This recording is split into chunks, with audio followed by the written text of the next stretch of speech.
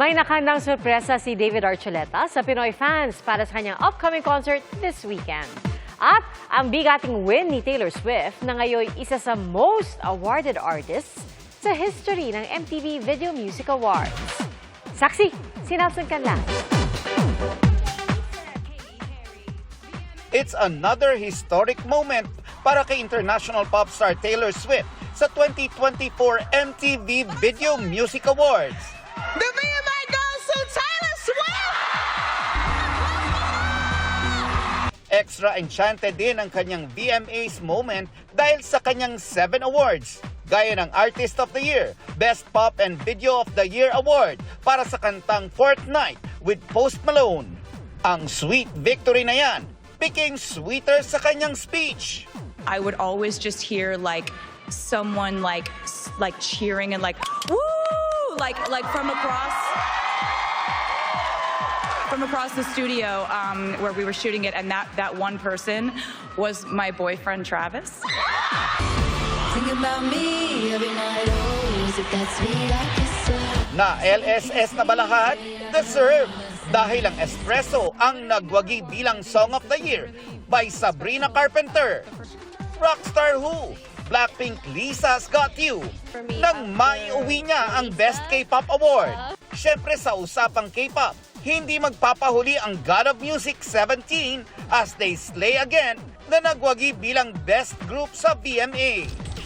Kasabay ng big win sa VMAs, heartbroken naman ang Carrots dahil sa anunsyong mag-e-enlist na sa military si Jonghan sa September 26. Dahil dito, hindi makakasama si Jonghan sa promotion ng bagong album at tour ng 17. Pero assurance ng Carrots kay Jonghan, they'll wait endlessly for him. Dagdag pa nila, 17 is forever 13. It's one happy birthday para kay RM ng superstar group na BTS. Nasa military man ang singer, pinaramdam ng ARMY ang love sa ex matapos siyang mag-trend. May ilang photos ding in-upload si RM sa Instagram. Back in the Philippines, ang American Idol alumnus na si David Archuleta para sa kanyang concert this weekend. Pagdating sa bansa, labis na in-enjoy agad ni David ang mangga. So good. So good. Bumisita rin siya sa GMA Network Center ngayong araw. Sa kanyang upcoming concert, ano nga ba ang dapat abangan ng kanyang fans? I've added a couple of songs like that I feel like Filipino fans specifically would enjoy to hear. Para sa GMA Integrated News, Nelson Canlas ang inyong saksi. Malakas na ulan at bugso ng hangin ang dala ng Hurricane Francine sa Louisiana sa Amerika. Nag-iuna ito ng malawakang pinsala sa mga syudad ng Houma at New Orleans. Tila naging ghost town ng ilang kalsada at di na madaanan. Mahigit 200,000 bahay at establishmento ang nawala ng kuryente.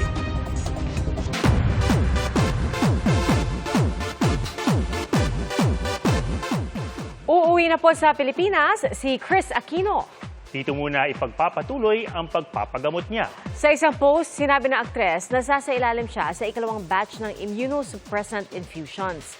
Kakailanganin daw niya ang suporta ng kanyang pamilya at malalapit na kaibigan at mga doktor. Patuloy pa rin daw ang laban sa buhay ni Chris. Prioridad din niya ngayon na maprotektahan ang kanyang vital organs.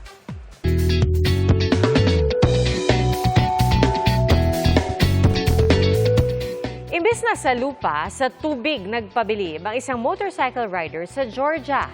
Sari-saring paandar naman ng pasok sa libro ng Guinness World Records 2025. Ating saksihan. Paano kung ang electric toothbrush mo mas malaki pa sa'yo? Magko-cosplay ka ba suot ang pagkalaki-laking robot costume? Kaya mo bang turuan ang iyong pet dog na magsampay ng medyas na isa lang sa mahigit 200 tricks na alam ng fur babies na ito? Ang mga wacky na paandar na yan, gaya nitong mga sasakyang sobrang nakakaaliwang mga disenyo, kabilang sa mahigit 2,000 new entries ng 2025 edition ng Guinness World Records. Ang puhunan ng ilang entries, lambot. at lakas gaya ng atletang Syria na record-breaking ang pull-up sa wheelchair.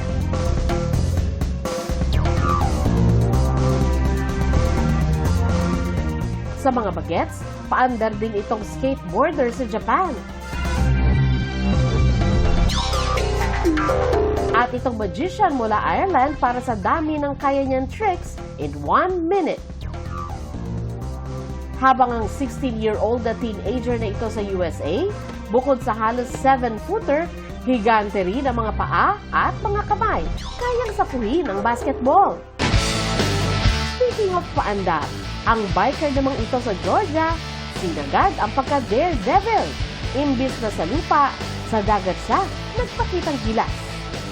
Mala jet ski ang motorcycle niya dahil kinabitan ng handmade skis para makaandar ng mahigit 30 kilometro sa Black Sea. Para sa GMA Integrated News, Sandra Aguinaldo ang inyong saksi. Makaisip nga ng pang world record ato. Meron yan. Kahit isa. Umpisa na natin yung pag-iisip. Mga kapuso, salamat po sa inyong pagsaksi. Ako si Pia Arcangel. Sa ngalan ni Arnold Clavio, ako si Ato Maraulio. Para sa mas malaking misyon at sa mas malawak na paglilingkod sa bayan. Mula sa GMA Integrated News, ang News Authority ng Filipino. Hanggang bukas, sama-sama tayong magiging saksi!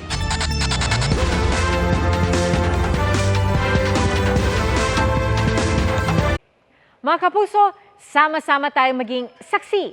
Mag-subscribe sa GMA Integrated News sa YouTube at para sa mga kapuso abroad, samahan niyo kami sa GMA Pinoy TV at sa www.gmanews.tv.